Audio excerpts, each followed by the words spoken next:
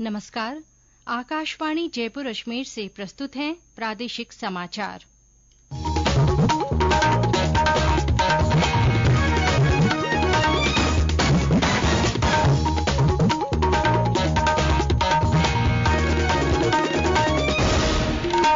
मुख्य समाचार।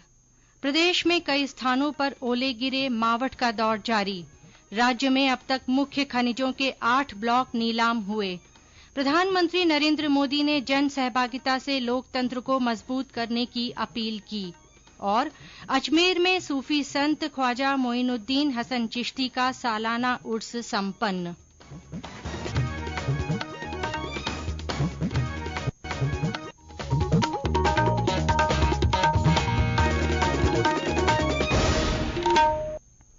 समाचारों के साथ मैं आरती नागर। और अब समाचार विस्तार से। प्रदेश में कई स्थानों पर मावठ का सिलसिला बना हुआ है। आज अजमेर, दौसा, नागौर, करौली, सवाईमाधोपुर और बीकानेर स्थानों पर बारिश का दौर रहा। बूंदी, जोधपुर, उदयपुर और चित्तौड़गढ़ सहित कई जगह ओले गिरे। जयपुर, टोंक, उदयपुर, चित्तौड़गढ़, कोटा, नागौर और करौली में भी दिन भर रुक रुक कर हल्की बारिश होती रही। बाड़मेर में दिन भर बूंदाबांदी हुई। अजमेर और सवाईमाधोपुर में तेज बारिश के बाद कई स्थानों पर पानी भर गया। बूंदी से हमारे संवाददाता ने बताया कि जिले के नैनवा क्षेत्र में ओलों से फसलों को नुकसान पहुंचा है। बूंदी जिले में बरसात एवं ओलावृष्टि से जनजीवन प्रभावित हुआ है। जिले के नैनवा इलाके में बेर के आकार के ओले गिरे, जिससे फसलों को नुकसान की संभावना जताई जा रही है। नैनवा के मानपुरा में ज्यादा नुकसान की आशंका है। इधर बूंदी शहर सहित जिले भर में आधा से पौन घंटे तक जोरदार बरसात हुई, जिससे सड़कों पर पानी बह निकला। तेज हवाओं से पेड़ एवं बिजली के खंभे टूट गए। इधर जिले में सरसों एवं चने की फसल आड़ी पड़ गई एवं गेहूं की फसल को फायदा बताया जा रहा है। राजकुमार दादी, आकाशवाणी समाचार, बूंदी। कृषि विशेषज्ञ राजू चौधरी ने बताया कि इस मावठ से ज्यादातर रबी फसलों को फायदा पहुंचेगा। अभी जो मावठ के रूप में बरसात हो रही है, तभी जो रबी की फसलें हैं उनके लिए लाभकारी अमृत के समान मानी जाती है। जो फसलें पछेती बुआई की जाती है या देरी से बुआई की गई है, चना है, सरसों, गेहूं, जो इत्यादि फसलों में पानी की आपूर्ति करके फसलोत्पादन को बढ़ाने के साथ साथ उनकी गुणवत्ता में भी वृद्धि होगी और साथ ही साथ उन फसलों के लिए नुकसानदायक भी है। अभी पकाव अवधि पर चल रही है, उनका जो दाने हैं, वो फलियां हैं, वो छिटक करके और दाने जो खेत में गिर जाते हैं। मौसम विभाग से मिली जानकारी के अनुसार बीते 24 घंटों में उदयपुर के डबोक में 30 मिलीमीटर, कोटड़ा में 24 मिलीमीटर बारिश दर्ज हुई। राजसमंद के रेल मगरा, भीम, देवगढ़ और नाथद्वारा, चित्तौड़गढ़ के गंगरार, कपासन, राशमी तथा बांसवाड़ा के बागीदौरा में भी हल्की से मध्यम बारिश हुई। मौसम विभाग के जयपुर केंद्र के निदेशक राधेश्याम शर्मा ने बताया कि पश्चिमी विक्षोभ के सक्रिय होने से प्रदेश में मौसम का मिजाज बदला है। इसका असर अगले 24 घंटे तक जारी रहने के आसार हैं। फिलहाल राज्य के अधिकांश भागों में पश्चिमी विक्षोभ सक्रिय हो चुका है। जो बारिश वाले बादल है फिलहाल अजमेर संभाग के ऊपर पूरी तरह से सक्रिय है और धीरे धीरे वो दक्षिण से उत्तर दिशा की ओर आगे बढ़ रहे हैं। इस सिस्टम का सर्वाधिक असर राजस्थान के अधिकांश भागों में अगले 24 घंटों तक बना रहेगा। ज्यादातर इलाके जो साउथ वेस्ट से नॉर्थ ईस्ट डायरेक्शन में एलोंगेटेड रहेंगे, यहाँ पे थंडरस्टॉर्म लाइटनिंग एक्टिविटी ज्यादा दर्ज होगी। केवल उत्तर पूर्वी राजस्थान, भरतपुर और जयपुर संभाग के इलाकों में ही 30 जनवरी को बारिश की गतिविधियां देखने को मिलेगी। 30 जनवरी से ज्यादातर भागों में इस सिस्टम का असर समाप्त होगा। प्रदेश में मेजर मिनरल ब्लॉकों की नीलामी में तेजी आई है। कोटा रामगंज मंडी के नीनामा दुनिया ब्लॉक की प्रीमियम दरों पर नीलामी हुई है। इस साल अब तक मेजर मिनरल के 8 ब्लॉक नीलाम किए जा चुके हैं, जो एक रिकॉर्ड है।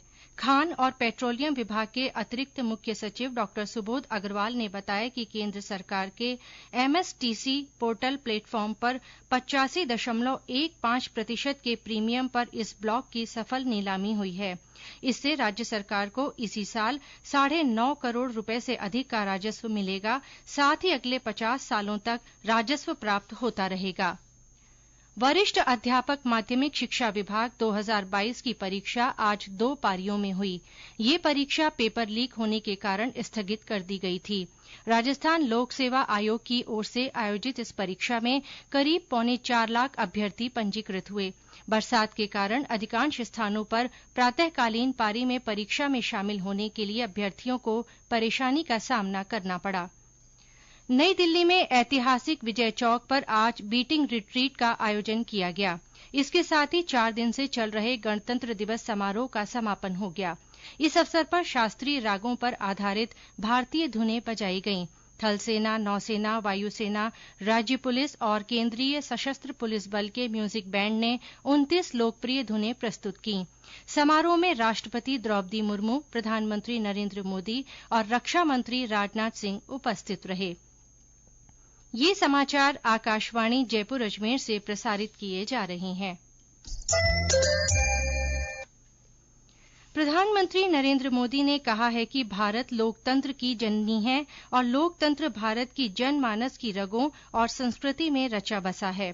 आज आकाशवाणी से मन की बात कार्यक्रम में उन्होंने कहा कि भारत दुनिया का सबसे बड़ा लोकतंत्र है और भारतीय समाज की प्रकृति भी लोकतांत्रिक है। उन्होंने कहा कि डॉ भीमराव अंबेडकर ने बौद्ध भिक्षुओं के संघ की तुलना संसद से की थी। उन्होंने कहा कि बाबा साहेब का विश्वास था कि भगवान बुद्ध ने भी अपने समय की समस्त राजनैतिक प्रणालियों से प्रेरणा ली होगी।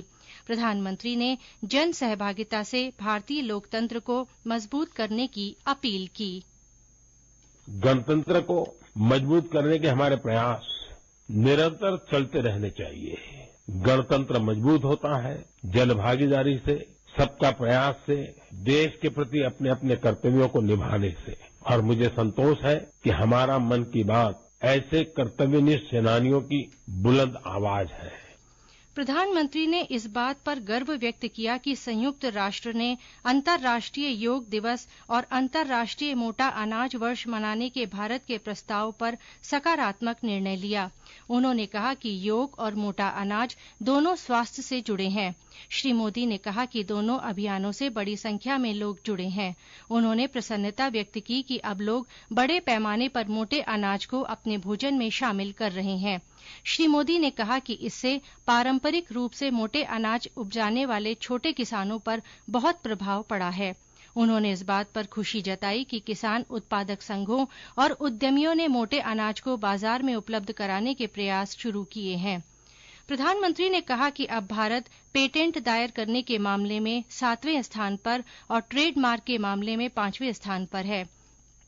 उन्होंने कहा कि पिछले 5 वर्षों में इसमें लगभग 50% की वृद्धि हुई है। उन्होंने बताया कि वैश्विक नवाचार सूचकांक में भारत 2015 में 80वें स्थान से नीचे था, लेकिन अब 40वें स्थान पर पहुंच गया है। हाल ही में घोषित पद्म पुरस्कारों के बारे में श्री मोदी ने कहा कि इस बार जनजातीय समुदाय और उनसे जुड़े लोगों को भी अच्छी संख्या में पद्म पुरस्कार दिए गए हैं। प्रधानमंत्री ने ई अपशिष्ट पर भी अपने विचार रखे।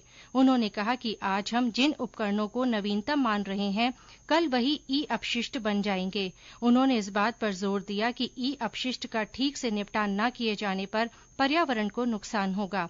उन्होंने कहा कि इलेक्ट्रॉनिक कचरे को दोबारा उपयोग के लायक बनाने के काम को बहुत बल मिल सकता है। उन्होंने कहा कि संयुक्त राष्ट्र की एक रिपोर्ट के अनुसार प्रतिवर्ष 5 करोड़ टन इलेक्ट्रॉनिक अपशिष्ट फेंके जा रहे हैं। संस्कृति मंत्रालय के पश्चिमी क्षेत्र सांस्कृतिक केंद्र की ओर से कलाकारों के मानदेय में समय के हिसाब से बढ़ोतरी के प्रस्ताव को मंजूरी दी गई है। राज्यपाल और पश्चिमी क्षेत्र सांस्कृतिक केंद्र के अध्यक्ष कलराज मिश्र ने आज गोवा में हुई बैठक में ये घोषणा की। उन्होंने कहा कि केंद्र की ओर से दिए जाने वाले 2.5 लाख की राशि के कोमल कोठारी पुरस्कार को 1 से अधिक लोगों को दिए जाने पर अब बांट कर नहीं दिया जाएगा। उन्होंने केंद्र को पारंपरिक और लुप्त होती आदिवासी कलाओं के प्रचार प्रसार के लिए गंभीर होकर काम करने के निर्देश दिए। सूफी संत ख्वाजा मोइनुद्दीन हसन चिश्ती का सालाना उर्स आज कुल की रस्म के साथ संपन्न हुआ। हमारे अजमेर संवाददाता ने बताया कि इसके साथ ही जायरीन के वापस लौटने का सिलसिला शुरू हो गया है। सूफी संत ख्वाजा मोइनुद्दीन हसन चिश्ती का 811वां सालाना उर्स कुल की रस्म के साथ ही संपन्न हो गया। इस मौके पर जायरीन ने दरगाह को केवड़े एवं गुलाब जल से धोया तथा इस पानी को तबर्रुक के रूप में बोतलों में अन्य पात्रों में भरकर अपने साथ ले गए। इससे पहले दरगाह के महफिल खाने में कुल की महफिल हुई। इसके बाद दरगाह दीवान ने मजार शरीफ पर गुस्ल दिया। इसके साथ ही चांद रात पर खोला गया, जन्नती दरवाजा बंद कर दिया गया। कुल की रस्म के साथ ही अजमेर से जायरीन का वापस लौटना शुरू हो गया है। रेलवे ने उनकी वापसी के लिए अनेक विशेष ट्रेनों का देश के विभिन्न हिस्सों में संचालन किया है। राजस्थान रोडवेज भी अतिरिक्त बसों की व्यवस्था कर रहा है। ओम माथुर, आकाशवाणी समाचार, अजमेर। आकाशवाणी समाचार जयपुर ने अपने श्रोताओं में मोटा अनाज के प्रति जागरूकता के लिए संदेश श्रृंखला शुरू की है। इसमें श्रोता संदेश भेजकर बता सकते हैं कि वे अपने भोजन में मोटा अनाज किस तरह काम में लेते हैं। आज सुनिए जैसलमेर जिले से हमारे श्रोता का संदेश। मैं असलाराम गोदारा कश्मीर बाबा रामदेव जन्मभूमि मंदिर से। ये मोटा अनाज का जो ये वर्ष 2023 चल रहा है, इसमें बाजरे का ये खाखरा बनाते हैं। पुराने टाइम में बनाते थे, अभी भी बनाते हैं लोग। खाखरा और दही के साथ में सुबह सुबह नाश्ते में खाते हैं तो बहुत अच्छा लगता है। वो टाइट रोटी बनता है, उसका बहुत अच्छा आनंद आता है। हमारे अन्य श्रोता भी मोटा अनाज के बारे में अपने संदेश लिखकर या रिकॉर्ड कर व्हाट्सएप नंबर 9414052368 पर भेज सकते हैं।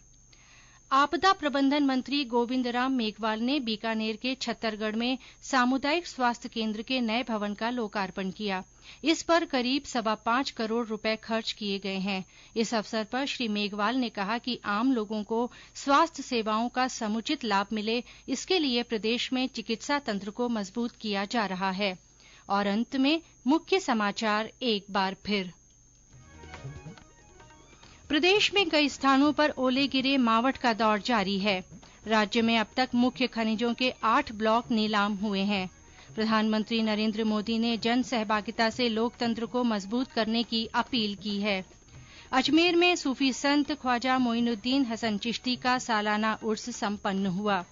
इसके साथ ही प्रादेशिक समाचार बुलेटिन समाप्त हुआ। नमस्कार।